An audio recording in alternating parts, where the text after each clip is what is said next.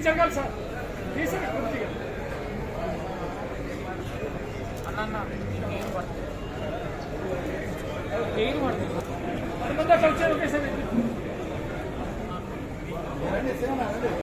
మీ అందరికీ నాయకత్వం వహిస్తున్నటువంటి డిఎస్ఆర్ గారికి, అదేవిధంగా స్టేజ్ మీదకి వచ్చినటువంటి 20 పాయింట్ చైర్మన్ శేష స్థాయిలకు, అకౌంటెంట్ అంటే నంబర్స్ క్రంచ్ చేసేవాడు కాదు, నేషన్ బిల్డర్స్ అని నిరూపిస్తున్న మీ అందరికీ కూడా మనస్ఫూర్తిగా అభినందనలు, కృతజ్ఞతలు. మరి ఈరోజు చూస్తే ఇండియా మనం ఎమర్జ్ అవటం లేదు, ఒక కింద నుంచి ఒక లీడర్గా, ఇండియా అనేది ఒక లీడర్గా ఈ రోజున ప్రపంచంలో ముందుకు వెళ్తా ఉంది. ఎందుకు చెప్తా ఉన్నానంటే, నేను టెలికాంలో ఉన్నాను కాబట్టి మొట్టమొదటిసారిగా ఇంటర్నేషనల్ టెలికాం యూనియన్ 170 దేశాల నుంచి దాదాపుగా 4 నుంచి 5,000 మంది డెలిగేట్స్ మొట్టమొదటిసారి ఢిల్లీలో మన ఒక పెద్ద మీటింగ్ అయింది. అది ఏషియా పసిఫిక్ లోనే ఆ యూనియన్ పెట్టిన తర్వాత 100 సంవత్సరాల్లో ఏషియా పసిఫిక్ లోనే ఎక్కడా జరగాల మీటింగ్. అమెరికా, యూరప్, మిగిలిన ప్రాంతాల్లో జరిగేటువంటి ప్లేస్ లో మొట్టమొదటిసారిగా వాళ్ళు 4,000 మంది వచ్చి మనం ఆర్గనైజ్ చేసిన విధానం కానీ, మన స్టార్టప్ ఎకో సిస్టమ్ కానీ, ఒక పాజిటివ్, ఒక వైబ్రెంట్ ఎనర్జీ కానీ చూసి చాలా మంది ఆశ్చర్యపోయారు. యూరోపియన్ కంపెనీస్ లో టెలికాం ఎక్విప్మెంట్ మ్యానుఫ్యాక్చర్ చేసే ఎరిక్సన్, నోకియా లాంటి కంపెనీలు వాళ్ళైతే యాక్చువల్ గా భయపడ్డారు, ఏమిటి ఇండియా అంటే. ఇటువంటి ఒక ఎనర్జీని, ఒక ఎకానమీ, ఒక ఎకో సిస్టమ్ ని బిల్డ్ చేస్తా ఉంది ఈ రోజున ఇండియా. అది కూడా వాస్తవంగా కూడా చెప్పాలి, నరేంద్ర మోదీ గారు పడేటువంటి కష్టం, ఆ విజన్, అన్నిటి పని. నేను దూరంగా ఉన్నప్పుడు అభిమానించేవాడిని, వారిని దూరంగా ప్రధానమంత్రిగా. కానీ గవర్నమెంట్ లోకి వెళ్ళిన తర్వాత అన్ని వ్యవస్థల్ని కోఆర్డినేట్ చేసుకుని ఒక విజన్ తో ఒక దేశాన్ని ముందుకు తీసుకెళ్ళడం ఎంత కష్టమో నాకు అర్థమైంది. ఈ కష్టం చూసిన తర్వాత నారా చంద్రబాబు నాయుడు గారి మీద, నరేంద్ర మోదీ గారి మీద ఇంతకు ముందు నాకు 100 రెట్ల అభిమానం ఉండేది, ఇప్పుడు 10,000 రెట్ల అభిమానం లేదు. నిజంగా ఎంతో సాక్రిఫైస్ చేయాలి ఇవన్నీ చేయాలంటే. ఈ విధంగా ముందుకు వెళ్తున్నటువంటి ఒక ఇండియన్ ఎకానమీకి డాక్టర్ హెల్త్, ఒక మనిషి హెల్త్ కి ఎంత అవసరమో మీరందరూ ఇండియా వెల్త్ కి అంత అవసరం. మీరు పెట్టే సిగ్నేచర్స్ కేవలం ఆ వ్యక్తి, ఆ పేపర్లకు సంబంధించినటువంటి విషయం కాదు.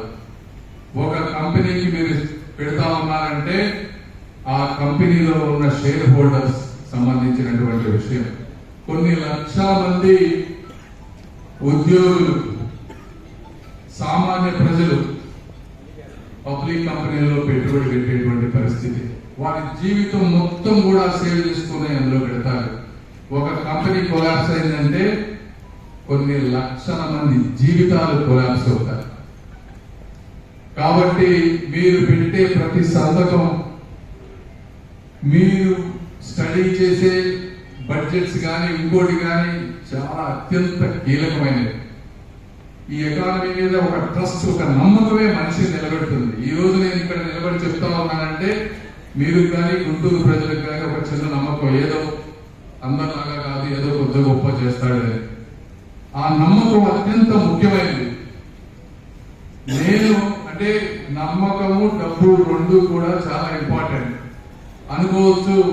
చాలా మంది ఆయన దగ్గర 1,000 కోట్లు ఉన్నాయి కదా, ఆయన అవినీతి చేయడం పెద్ద డబ్బుల సమస్య కాదు కాబట్టి ఆయన గడిచిపోతుంది, మా అందరికీ మాకు సరిపోవట్లేదు ఉన్న డబ్బు, చిన్న కొద్దిగా తప్పు చేస్తే తప్పు ఏంటి అని చాలా మంది అనుకోవచ్చు.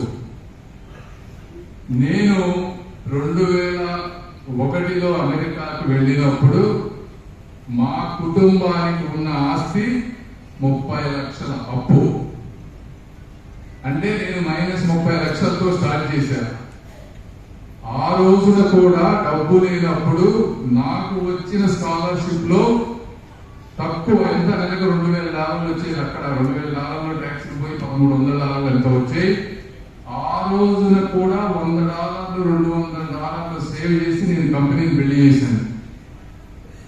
ఆ తర్వాత డాక్టర్ గా ఉన్నప్పుడు టీచింగ్ ప్రొఫెషన్ లో వెళ్తే అమెరికాలో చాలా తక్కువ డబ్బులు పే చేస్తారు. ప్రైవేట్ ప్రొఫెషన్కి వెళ్తే చాలా ఎక్కువ డబ్బు సంపాదించవచ్చు.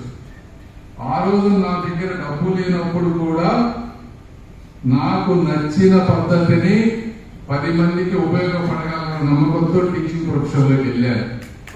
ఎందుకు చెప్తున్నాను అంటే నా దగ్గర డబ్బు సరే తర్వాత మన ప్రయాణం చేసుకుంటా పోతా ఉంటే డబ్బు వచ్చింది. అందులో 0.01% కూడా నేను వాడేది ఉండదు. మిగిలినంత అక్కడ ఆ స్థలం నాకు ఉంది, ఇక్కడికి నాకు ఉందని చెప్పుకోవడానికి తప్పించి ఎవరైనా తినేది ఆ పిటికెడి మెతుకులే. అంతకంటే ఎక్కువ ఉంటే బీపీ షుగర్ వస్తాయి అనిపించి ఏమి రావు.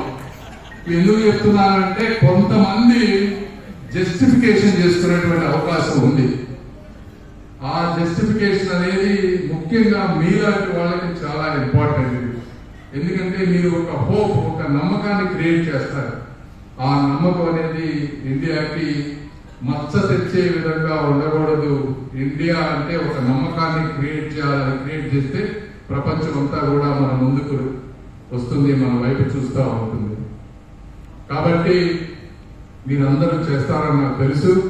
అయినా ఇంకొకసారి చెప్పాలి కాబట్టి నేను నా బాధ్యతగా చెప్తా ఉన్నాను. మరి ఈ రోజున డిఎస్ఆర్ గారు చిన్న చిన్న కోరికలు ఉన్నాయన్నారు. కోరికలు ఎప్పుడు పెద్దగా ఉండాలి, చిన్నగా ఉండకూడదు.